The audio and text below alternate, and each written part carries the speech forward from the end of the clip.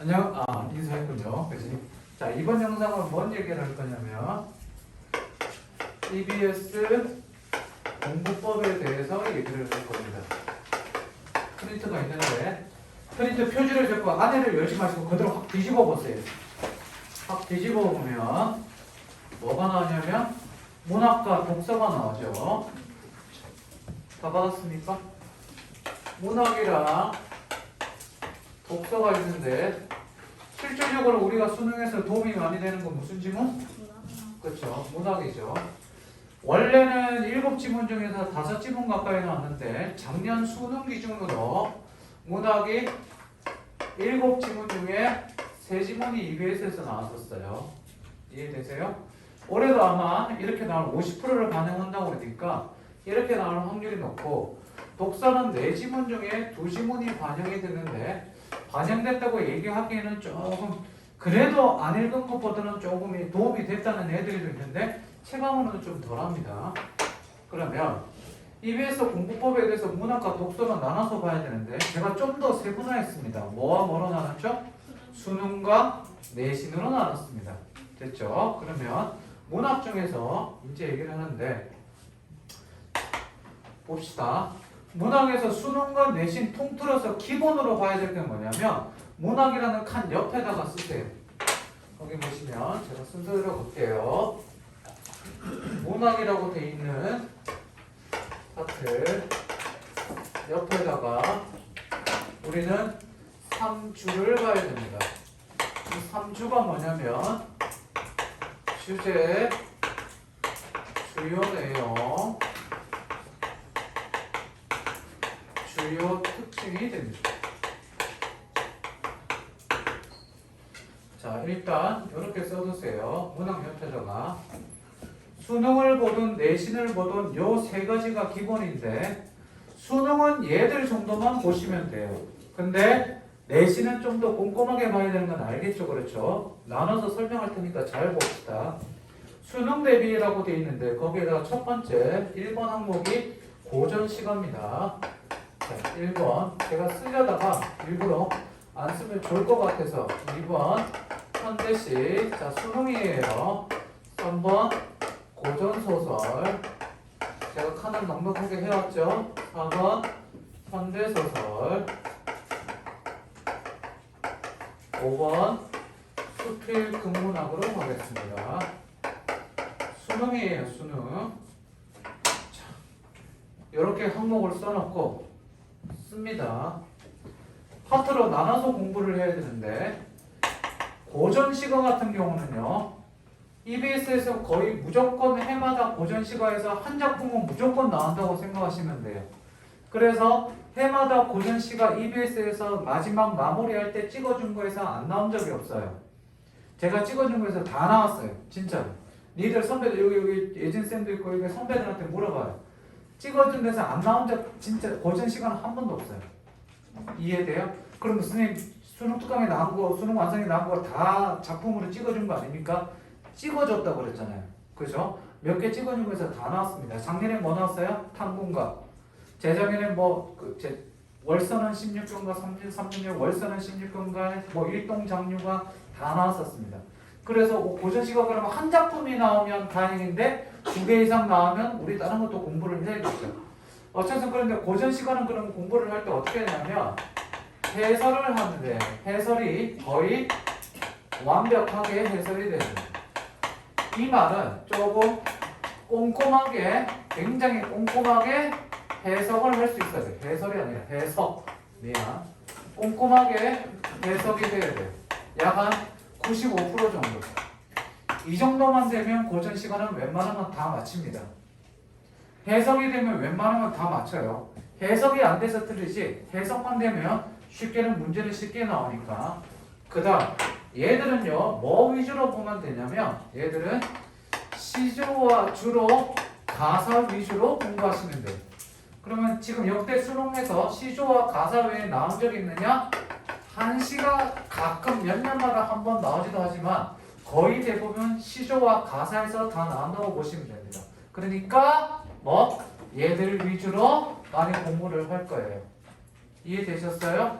6평과 9평에서는 자 참고로 지금 얘기하는 건 우리 수능 기준이죠. 수능 기준인데 유평과 평가원에서는 가끔 뭐가 나오기도 하냐면 동동이라든지 이런 식으로 해서 고려가을까지 나오기도 합니다. 그러면 우리가 다음 주 말고 다다음 주에 25일에 저랑 EBS 시작할 때 고전 시간부터 시작할 거예요. 그때 어떻게 나오는지 설명을 좀 할 겁니다. 모르죠. 수능에서 미친 척하고 뭐가 나올 수도 고려가을고 나올 수도 있으니까 제가 나올 만한 작품들은 몇 작품 되지 않기 때문에 그 나올 만한 작품들은 제가 따로 체크를 해줄 거예요. 야? 야. 힘드니? 다들 얼굴이 몸에 좋은 담배가 나오면 어때 얼마나 좋을까? 그치? 학원 가는데 애야 많이 피곤하지? 담배 한 대 피고 가렴? 이런 거 얼마나 좋아? 그치? 미안합니다. 담배 이름 우리나라 이름이 너무 예뻐. 담배 이름을 좀 제가 좀 쌀벌하게 짓자고 그랬죠. 뭐 폐암 사기 뭐 이런 거 그지? 아줌마 폐암 한 갑 주세요. 그지? 아저씨 뭐 기형아 한 갑 주세요. 이런 거는 이제 담배를 많이 안 피지 않을까? 헛소리 했습니다. 니는 너무 노려보지 마. 졸리면 왜 졸린데 노려보니? 안 되겠네. 다음 주부터 바로 수업할까? 안 돼. 현대시는요 기본 3주입니다. 3주는 기본이에요. 얘도 3주는 기본이고 고전소설도 마찬가지고 현대소설도 마찬가지고 요 3주는 다 기본이라고 보시면 돼요. 3주는 기본이고 그 다음 여기서 현대시 같은 경우는 3주만 보면 되는데 여기서 유의할 점이 뭐냐면요. 잘 보세요. 3주는 제발 무슨 이건 보라색으로 가자. 3주는 제발 여기 유의할 점 모든 시와 시행 식구 시행 해석하고 외우려고 하지 말고 외우려고 하지 말고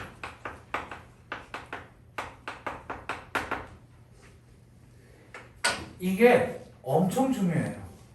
자, 모든 시어나 식구나 시행에 대해서 완벽하게 해석하고 얘 소위 말하는 뭐까지? 여기서 해석하고는 얘기는 함축적 의미까지 파악한 다음에 외우려고 하는 애들이 있는데 지금부터 얘기한 거 잘 들으세요. 이거 좀 세게 얘기할게요. 미친 짓입니다. 안 나와요.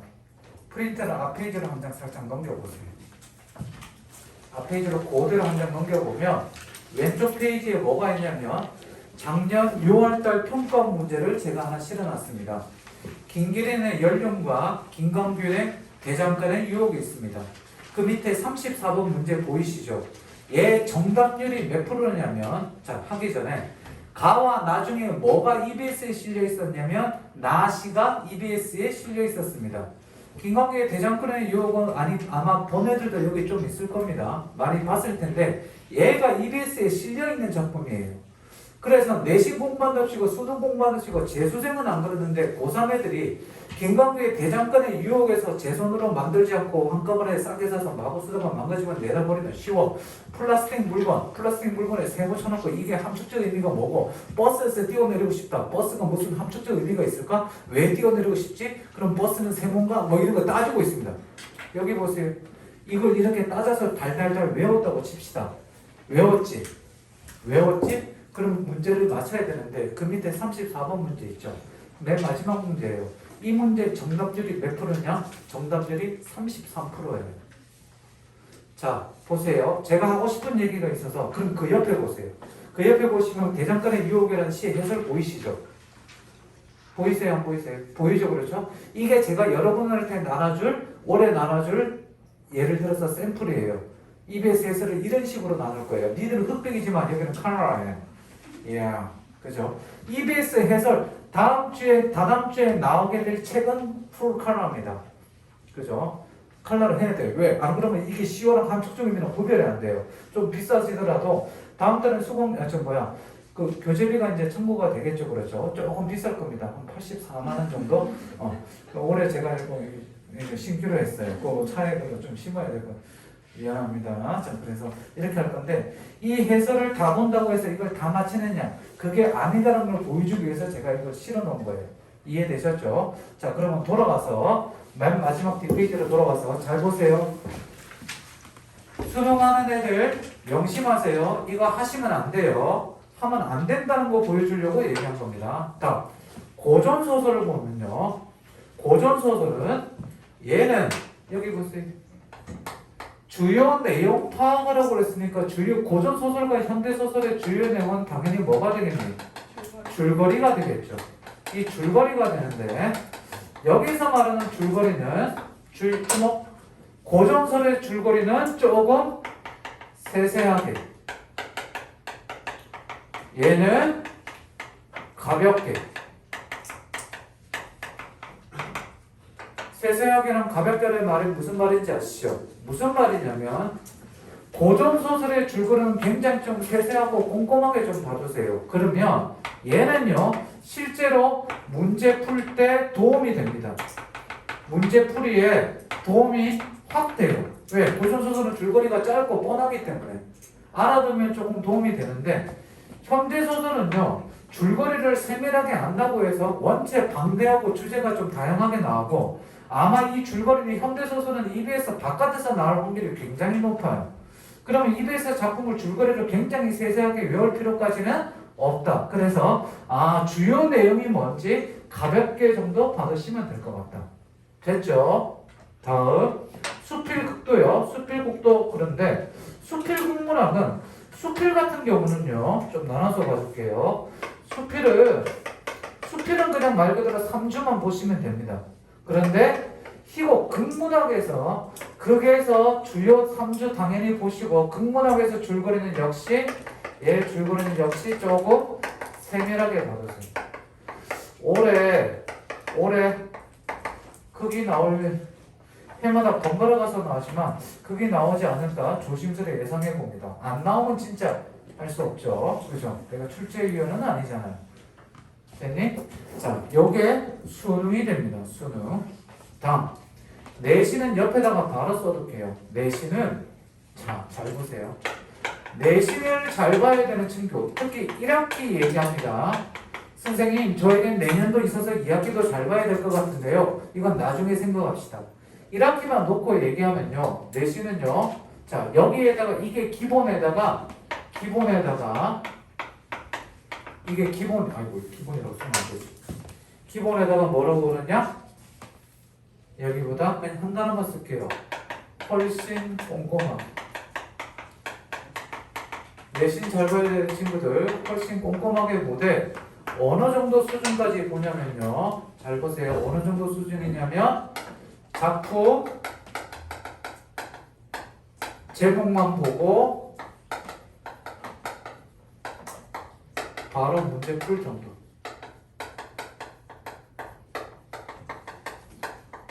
이거 뭐 나왔네? 그러고 넘어가야 됩니다. 니네가 학교 내신이 어떻게 나올지 모르겠지만 고3 같은 경우는요. 작품 제목만 보고 예를 들어서 정정이 유리창 나왔네? 유리창이라는 단어를 딱 보는 순간 자식이 죽어서 슬퍼서 쓴 시지 아버지가 쓴 시지 그리고 여기에 뭐 역설이 나왔다 어디에 뭐가 나왔다 이거 외울 필요 없습니다. 내신은 그냥 가볍게 외워보시면 되고 요거 세 개니까 다시 수능은 가볍게 외워보시면 되고 내신하는 애들은 조금 외워두시는 게 도움이 됩니다. 알겠습니까? 요 정도 받으시면 되고 제가 EBS 받아 2주 후에 EBS 해설서를 가지고 제가 직접 수업하면서 내신하는 애들은 이것까지 받아라고 그러고 수능은 여기까지만 보면 된다라고 나눠서 설명을 해줄 거예요. 이해되셨죠? 그치? 점점 애들이 쓰러지기 시작하네. 다음 독서 봅시다. 빨리 끝내고 잠깐 쉬어야겠습니다. 니들 눈으로 욕하지 마라. 알겠니? 지금 간만에 눈으로 욕하네. 우리 오늘은 지난주와 같은 걸 하지 않습니다. 뭐 공유의 입장에서 원빈의 입장에서 나를 비판하시오 이런 거 하지 않습니다. 집에 가서 충격이었습니다. 진짜 일기 썼습니다. 공유와 나의 차이점이 뭐니? 몸! 자, 아직도 잊지 못합니다. 진짜 일기 쓰고 내일 다른 학원에서 우리 그 수업을 해야 됩니다. 내일 우리 지난주에 했던 그 공유와 원픽 뭐가 나올지 모르겠습니다. 봅시다. 수능 독서 있습니다. 이거 다 썼어요? 자, 방송 보는 친구들 캡처 타임. 아니야, 그냥 멈추면 되나? 자, 요거 되셨고, 그 다음 독서로 넘어갑니다.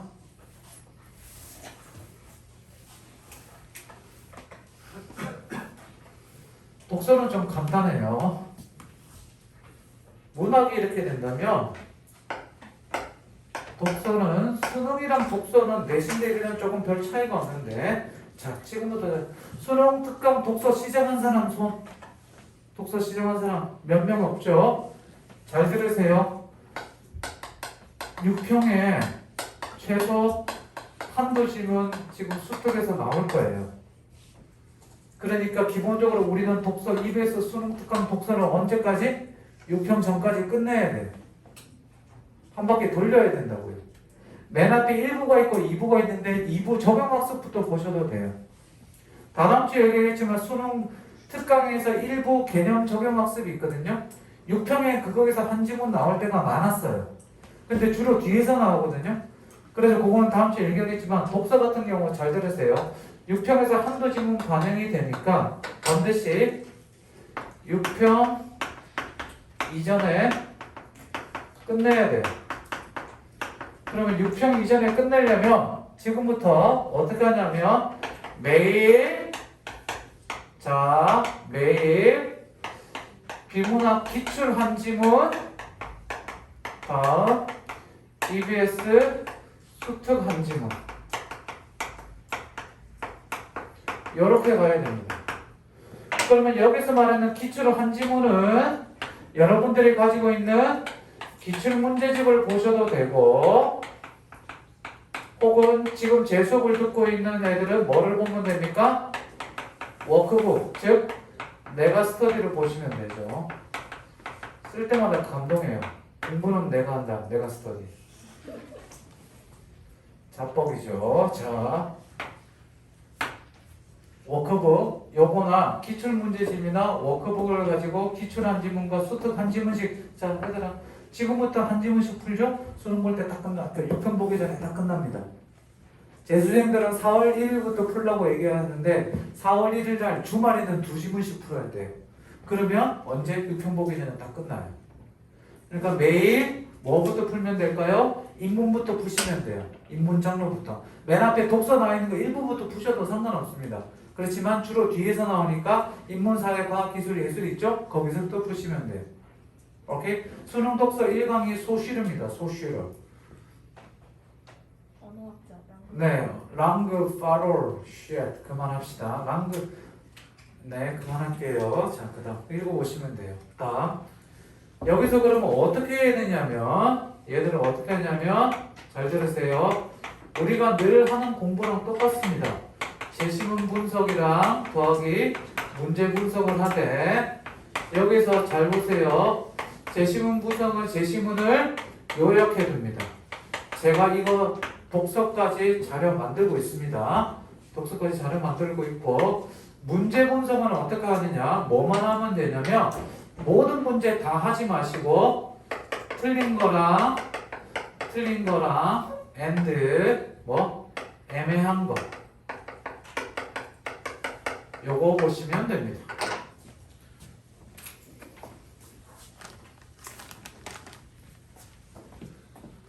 제가 만들고 있는 자료 샘플을 보여드릴까요? 비문학 독서.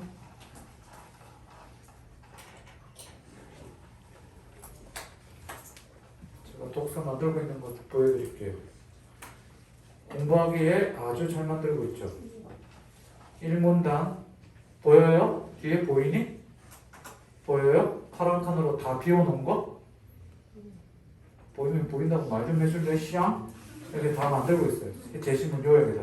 그 다음 여기도 이렇게 단어도 확인학습 이런 것까지 잘 만들고 있죠? 그죠? 잘 만든 거를 잘 구하고 있는 거예요. 야, 내가 이것까지는 솔직히 도저히 못 만들겠더라.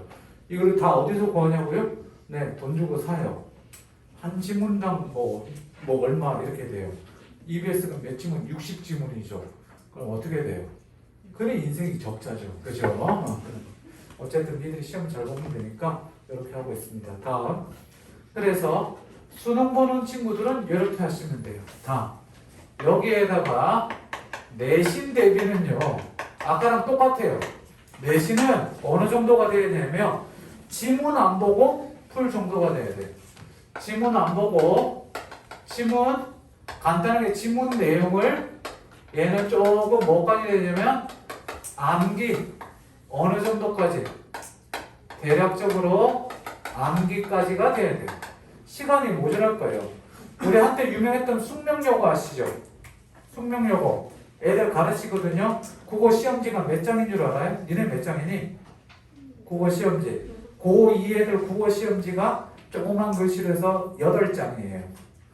8장이에요. 그래서 지문 비문학 수능 기출 가지고 한번 봐준다고 했는데 수능 기출 가지고 나왔는데 수능 기출 50지문인가 그 2학기 중간고사에 50지문이고 그 50지문에서 문제를 내는데 한 지문당 한두 문제씩밖에 안 내고 하더라고. 거의 내용을 거의 다 외우다시피 해야 돼. 숙명여고 내신 되기 굉장히 어렵거든. 아무튼 이렇게 여기에다가 잘 들으세요. 내신 보는 친구들은 그러면 뭐를 보면 되느냐? 선생님이 제가 프린트 나눠줄 거예요. 최대한 맞는 데까지 나눠주고 더하기 혹시 주의 아마 백발백중 좀 있으면 나올 겁니다. 저는 백발백중을 조금 추천해요. 내신 보는 애들은 사셔도 됩니다. 내신 보는 애들만 사시면 돼요. 되셨어요? 어이 그지? 자, 이렇게 할 겁니다. 요게 EBS 수투 공부법이에요. 작년까지 이거 안 만들었는데 올해는 조금 프린트를 만들어서 아예 끼워두고 수특에서 보라고 끼워두려고 만들었으니까 보시면 될 것 같습니다. 됐습니까? 네. 잠깐만 끊어보세요.